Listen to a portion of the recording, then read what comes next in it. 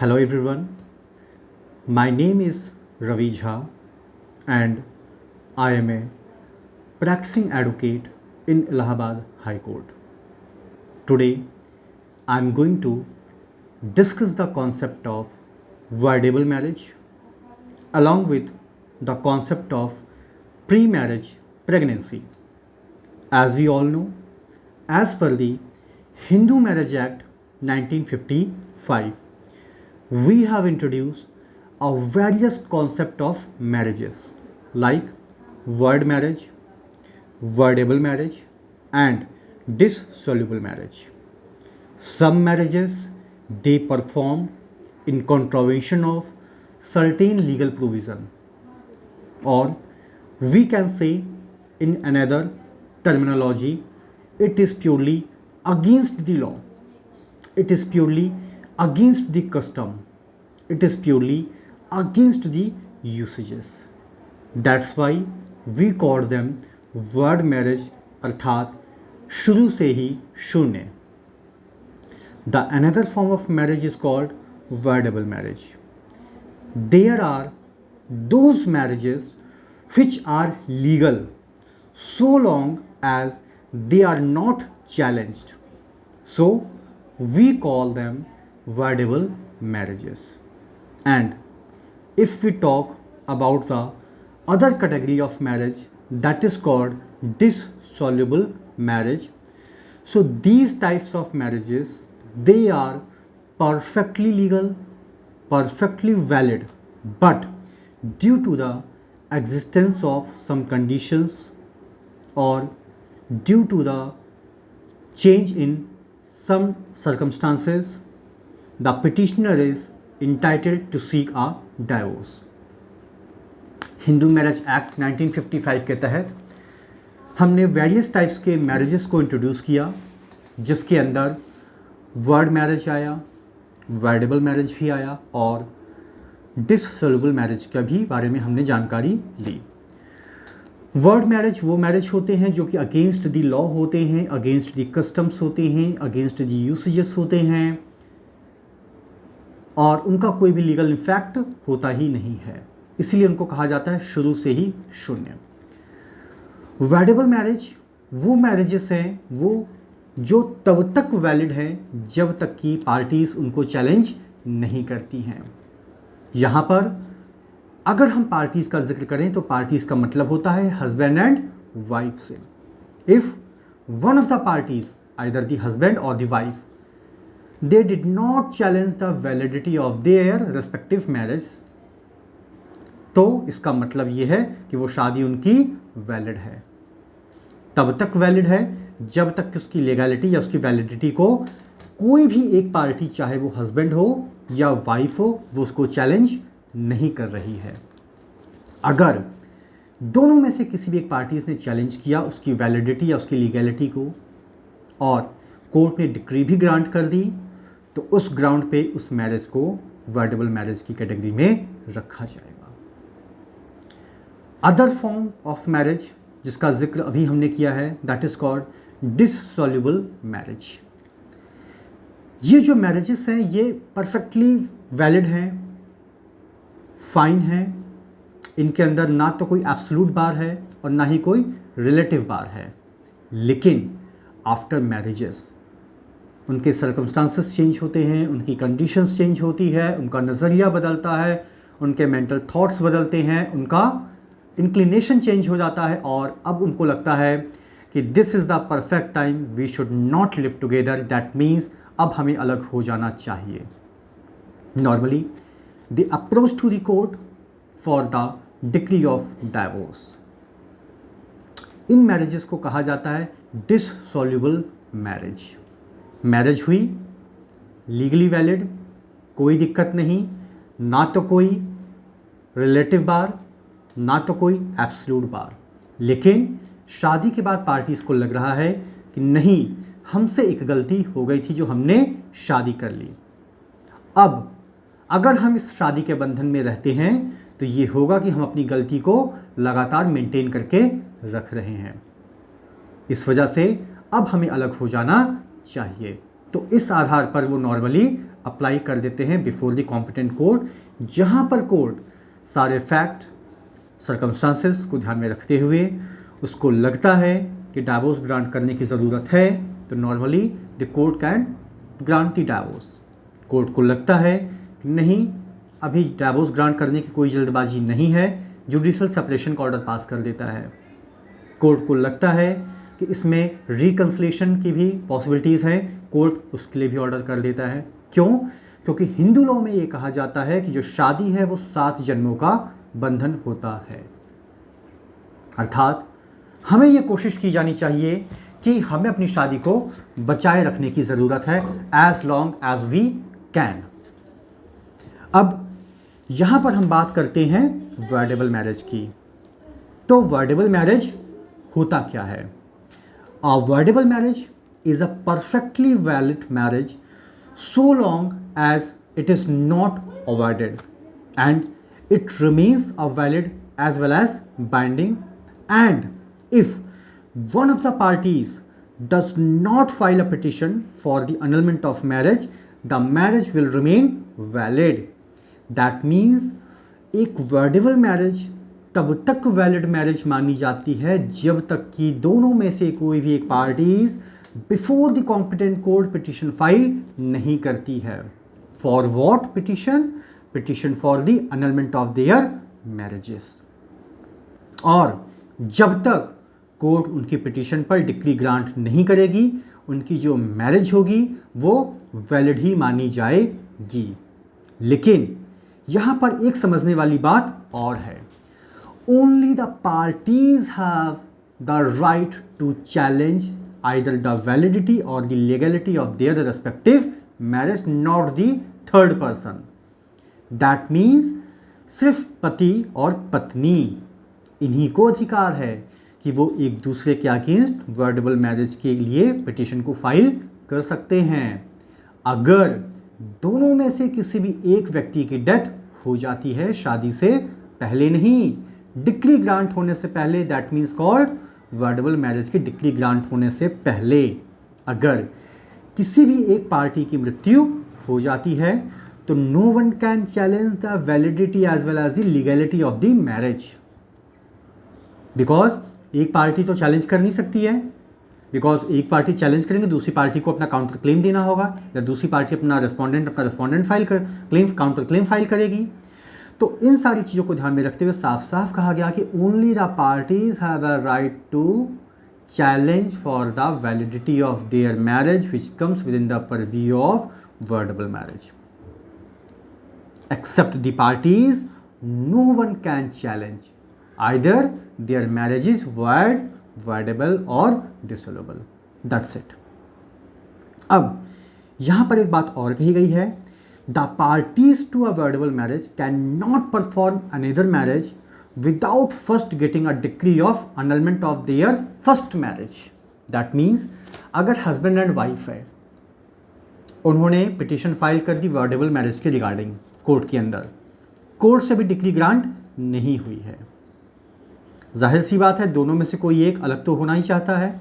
That's why he और she filed a petition before the competent court. अब यहाँ पर कॉम्प्लिकेशंस क्या है कि जब तक कोर्ट से आपको डिक्री ऑफ annulment ग्रांट नहीं हो जाता है, आप चाहकर भी दूसरी शादी नहीं कर सकते हैं। सेकंड मैरिज अगर आप करते हैं, so you will be booked under the offence of bigamy which has been mentioned under the provision of Indian Penal Code 1860। IPC के अंदर बाइगेमी एक ऑफेंस डिफाइन किया गया है, उस ऑफेंस के अंदर आप बुक्ड हो जाएंगे अगर आपकी पहली मैरिज वर्डेबल अभी तक bye the competent court declare नहीं की गई है और आपने दूसरी मैरिज करवा ली। लेकिन इसका एक प्लस पॉइंट और भी है, once you get the decree of annulment from the competent court, अगर आपको कॉम्पिटेंट कोर्ट से वर्डेबल मैरिज की डिक्री या मैरिज ऑफ annulment आपको ग्रांट हो गया कि आपकी मैरिज अब शून्य घोषित की जाती है इस आधार पर, क्यों? क्योंकि one of the parties they have filed a petition on the ground of voidable marriage. तो यहाँ पर समझने वाली बात ये है कि from the date of the marriage ये प्रिज्यूम किया जाएगा after the getting the decree of annulment of your marriage कि आप कभी भी पति पत्नी के संबंध में रहे ही नहीं। दैट मीन्स अगर किसी व्यक्ति की शादी किसी महिला से इन द ईयर ऑफ 2016 हुई है, in the year of 2018 one of the parties they have filed a petition before the competent court on the ground of voidable marriage, 2019 या 2020 में सपोज कोर्ट ने डिक्री ग्रांट कर दी, तो ऐसा नहीं कि उनका जो विवाह का जो विच्छेद है वो 2020 से ही माना जाएगा।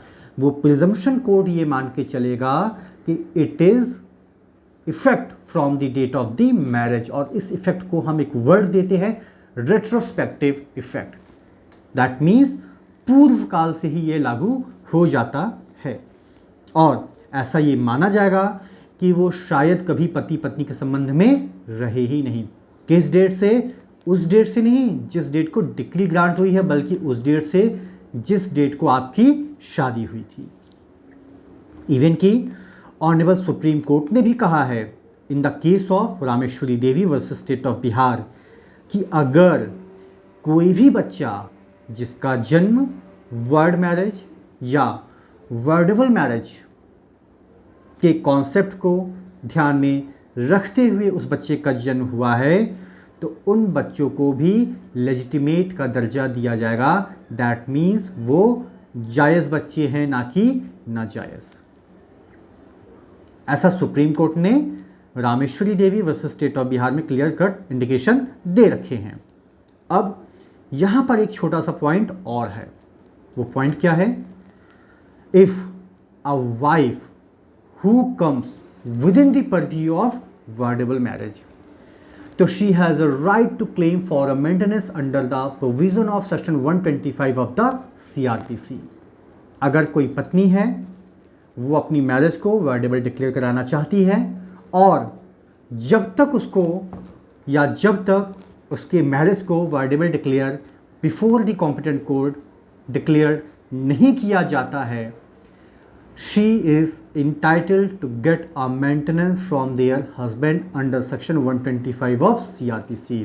वो अपने पति से 125 CRPC के तहत गुजारा और भत्ता लेने के लिए हकदार है।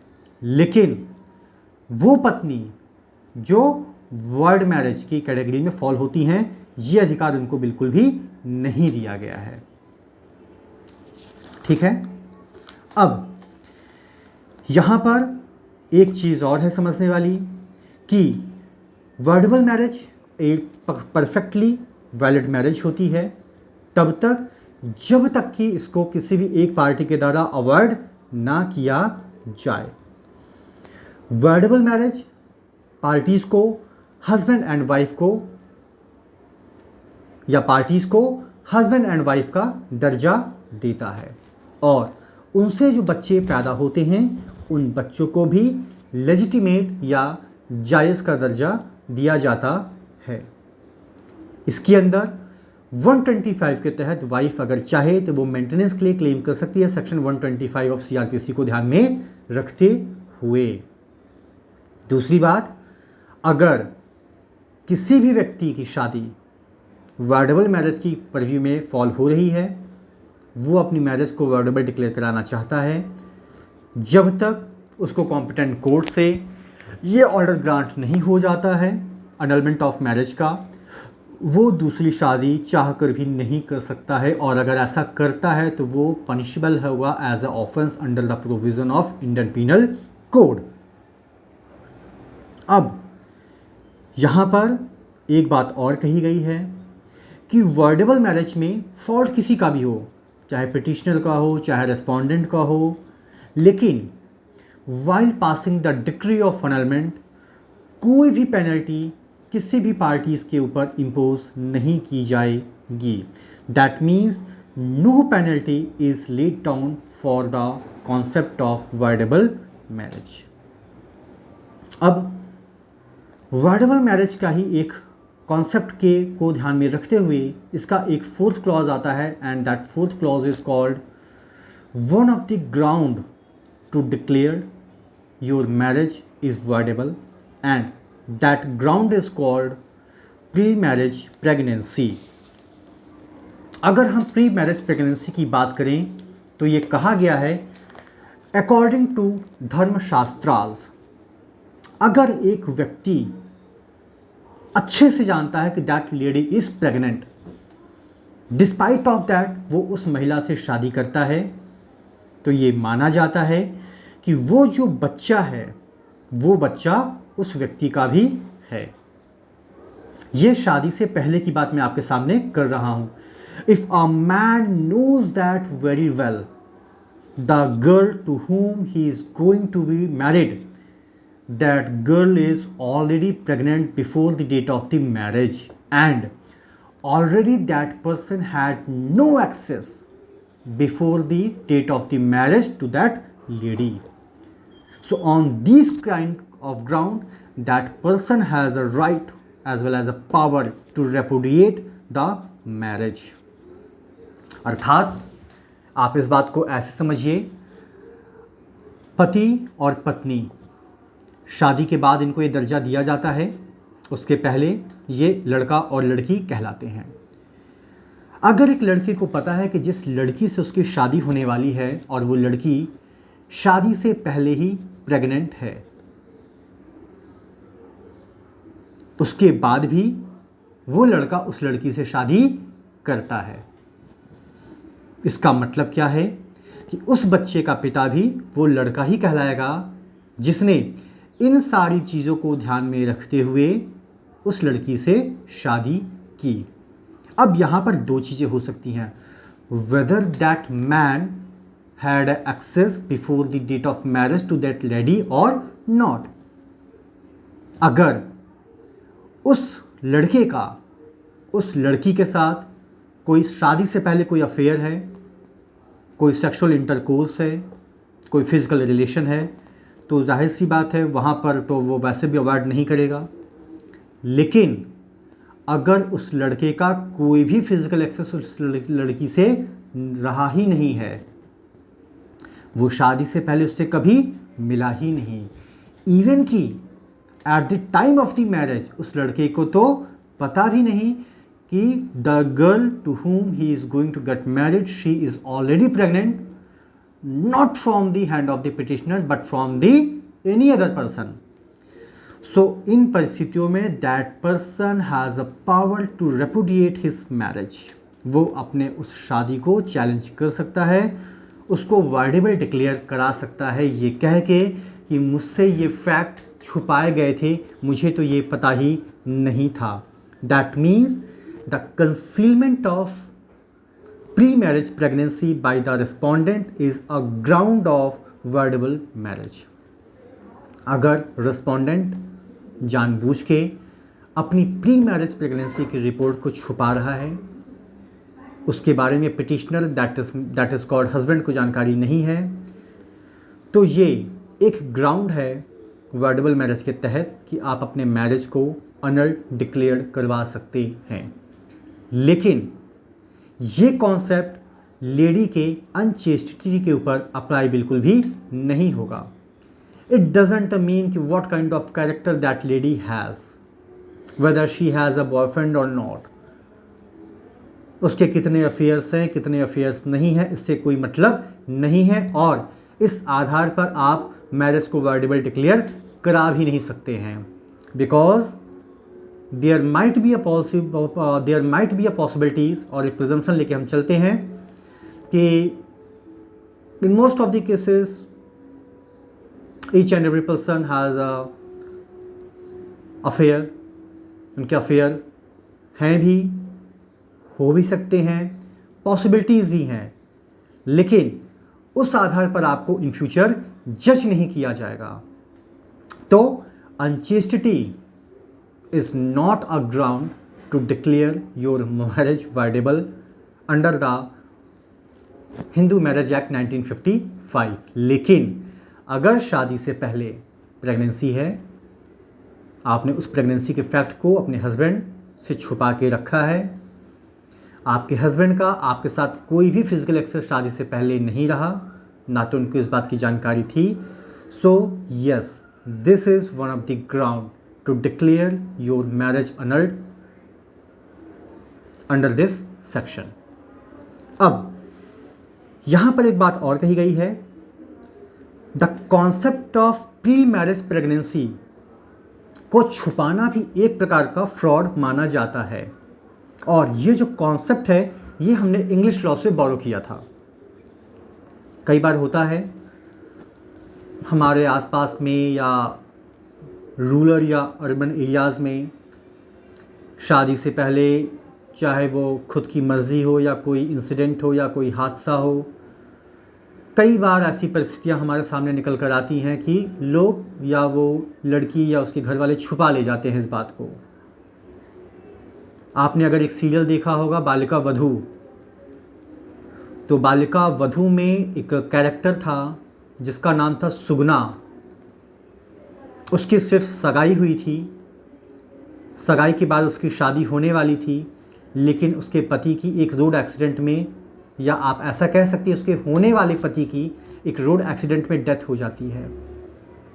उसी गांव के एक मुखिया जी का बेटा उसको वन साइडेड प्यार भी करता है।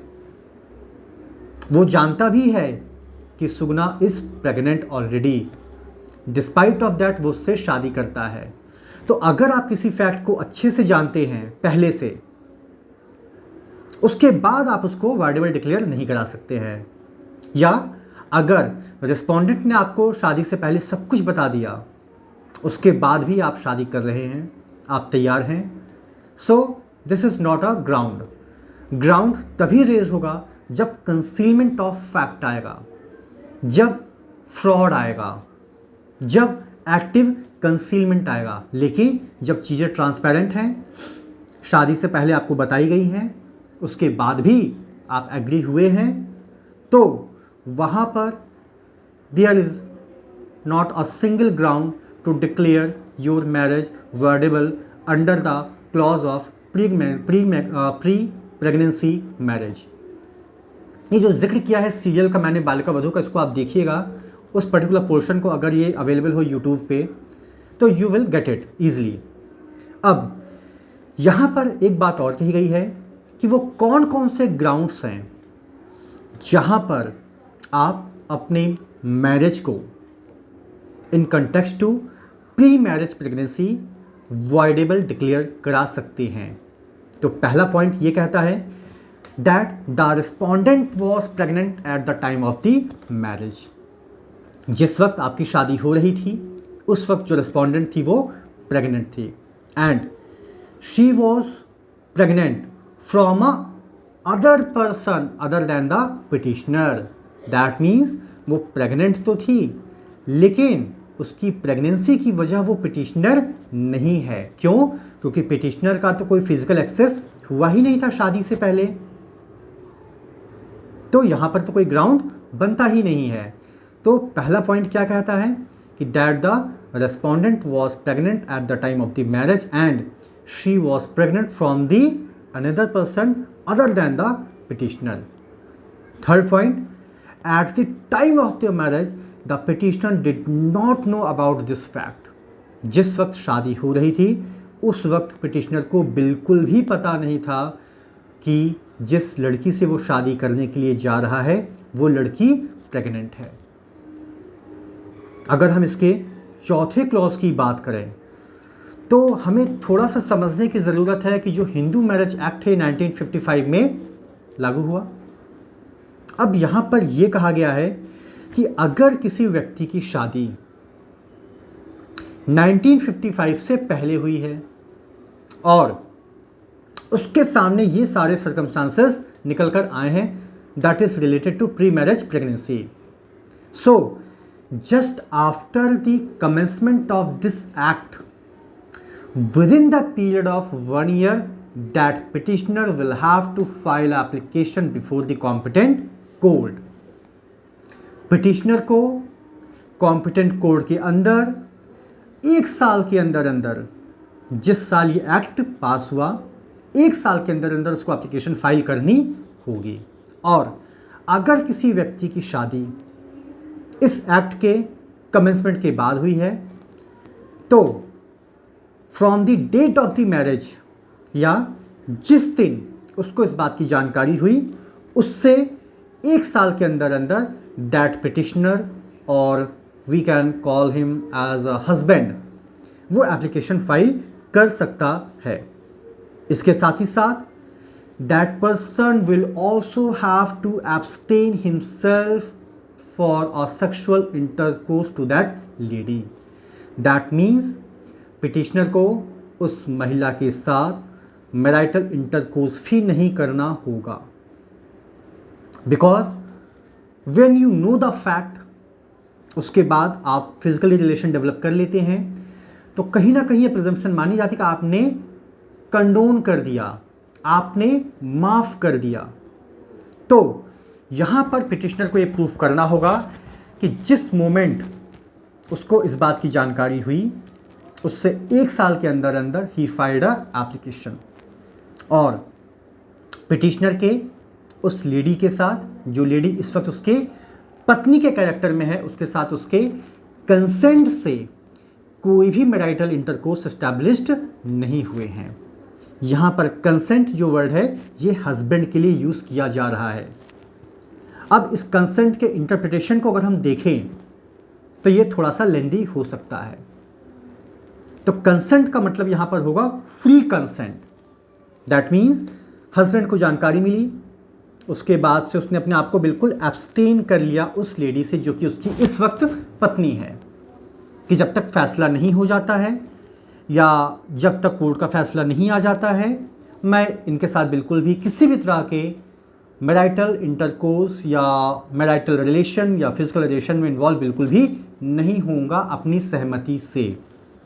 अब ये बात अलग है, कोई थ्रेट, कोई फियर, कोई हर्ट, कोई इंजरी, कोई एप्रीहेंशन क्रिएट किया जाए तो वो एक अलग कॉन्सेप्ट है, and it will be decided by the competent court कि आखिर वो कौन सी ऐसी परिस्थितियां थी कि consent whether it was free और not free, it will be decided by the competent court, not the parties. ठीक है। अब यहां पर जो बर्डन ऑफ प्रूफ होता है वो पिटिशनर के ऊपर होता है। That means the petitioner will have to prove that कि that lady was pregnant at the time of the marriage, I was not aware of the fact, मेरा उसमें कोई हाथ नहीं है, even I have not a single point of access that lady before the time of the marriage। ये सारी चीज़ें किसको प्रूफ करनी होंगी? पिटिशनर को। या अगर वाइफ इस फैक्ट को एडमिट कर लेती है कि yes I was pregnant before the date of the marriage, he is not that person, और यहाँ पर यह भी वाइफ एडमिट करती है कि हाँ मेरे जो पति हैं, that means the person who filed a petition to declare their marriage on the ground of pre marriage pregnancy, उनका मेरे साथ कोई फिजिकल एक्सेस नहीं हुआ है। तो यहाँ पर कोर्ट इस बात को आधार मानकर अपने डिसीजन को दे सकती है या डिक्री को ग्रांट कर सकती है। इवन कि जहाँ पर किसी भी बच्चे का जन्म 171 दिन के बाद होता है from the date of the marriage, तो कोर्ट ये प्रिज्यूम करती है कि that the child was not the child of the husband. अगर हस्बैंड ने ये कह दिया कि मेरा कोई फिजिकल एक्सेस तो था ही नहीं, और वाइफ ने भी उस बात को एडमिट किया है या उस फैक्ट को एडमिट किया है। इवन कि इन केसेस को ध्यान में रखते हुए द मेडिकल एविडेंस भी दिए जा सकते हैं, डॉक्टरों की जो टेस्टिमनी होती है वो भी काफ़ी इंपॉर्टेंट रोल प्ले करती है और उनकी टेस्टिमनी को भी एक्सेप्ट किया जाता है। तो वर्डेबल मैरिज का एक ग्राउंड है प्री मैरिज प्रेगनेंसी, जहाँ पर after knowing the fact of the partner, husband या पिटिशनर पिटिशन को फाइल कर सकते हैं कि मुझे इस ग्राउंड पे अपने मैरिज को डिसॉल्व कराना है। And again this is the responsibility of the court कि वो सारी चीज़ों को बहुत ही बारीकी से स्क्रूटनाइज करेगी, स्टेटमेंट्स, फैक्ट्स, सर्कमस्टांसेस, डॉक्टरों की ओपिनियन, उनके पेपर के रिकॉर्ड, अगर इनकी भी ज़रूरत पड़ी तो definitely court will ask them. So it's all about the concept of voidable marriage along with pre-marriage pregnancy. Thank you so much.